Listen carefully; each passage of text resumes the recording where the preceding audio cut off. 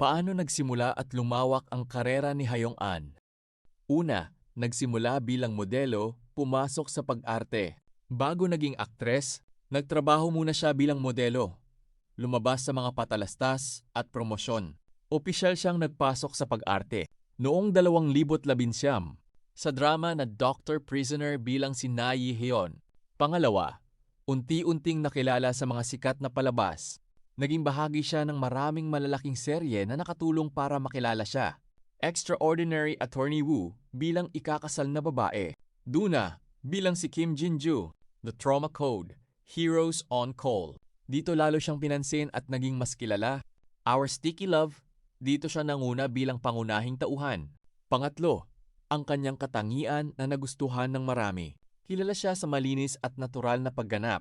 Maraming nagsasabing nakuha niya ang atensyon kahit sa maliliit na papel. Dahil sa maraming palabas na ipinalabas sa Netflix, naging kilala siya hindi lang sa Korea, kundi pati na rin sa buong mundo, kasama na ang Pilipinas.